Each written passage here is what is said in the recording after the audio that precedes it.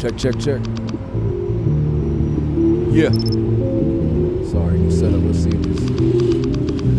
see if this shit work. 1, 2, 1, 2. Going home every night, it didn't matter what happened at school. It didn't matter what was going on at home because I lived an entirely different life in my headphones. And listening to these storytellers, you know, tell about the hoods that they're from or where they grew up or things like that, it taught me more than any textbook ever did. And I was never a big history buff, but it was everything for me. Pre-kindergarten, show and tell, everybody brought He-Man and whatever the fuck. I brought Double Dutch Bro. Like I was always just like vinyl music. Like I was looking at the off-the-wall Michael Jackson album cover. We had Monster Size on vinyl. We had Thriller. Like I was just records. Also being a kid in inner city, there was a lot of adult gangster shit going on. That wasn't in the music, and I didn't think West Coast people rap because we did the Dream Team is in the house and like pop locking and you know what I mean? Or it was gangster shit, but gangsters only like played oldies or like soul or funk.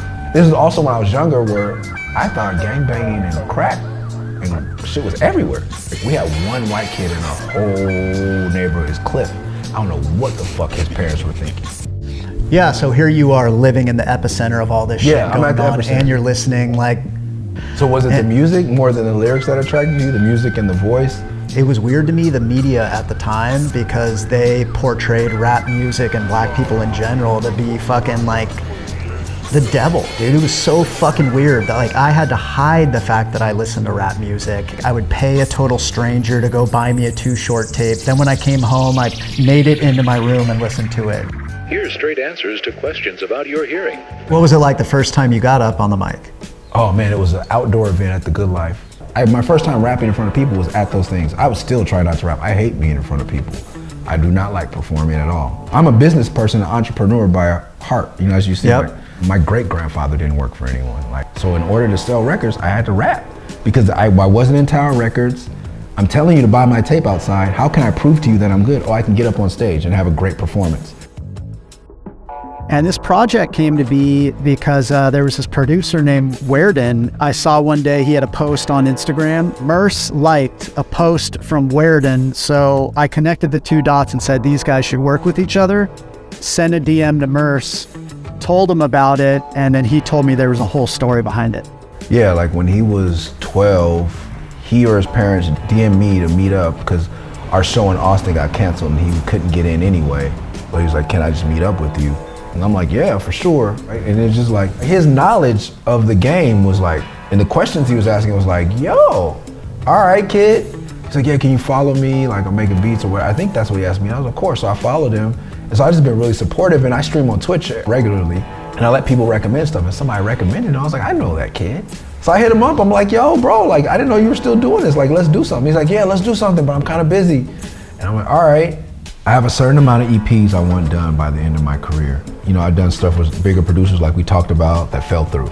So I didn't have one to fit this spot. When you called me about Wiardon, I was like, oh, I know this kid. Yep. And I've been wanting to work with him. And before I finish and complete my career, I would love to have a project with him because it's organic. Because people will hear Wiardon and think that he never listened to a Murs album in his life. That's the beauty of it, dude. So this is shit I'm making with people I know and just want to work with. And I'm completing my career and I'm doing shit that I feel.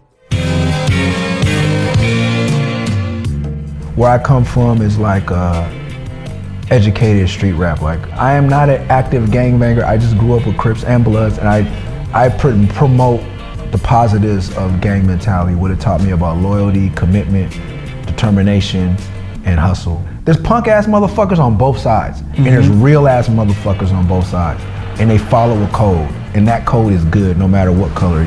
That's what's gonna bring LA up because we are rooted in this gang culture that has a lot of positives and teaches men how to be men. Everything I try to tell is through the lens of this. What is your lens? Pretty crazy. Hip hop's turning 50 this year, which is insane.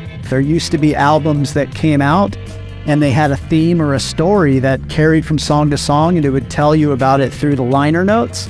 That doesn't happen as much anymore. So this is kind of an analog approach that I'm trying to bring through your eardrums and to your eyes. This album is honestly dedicated to anybody who's been a fan of the genre and culture of rap and hip hop.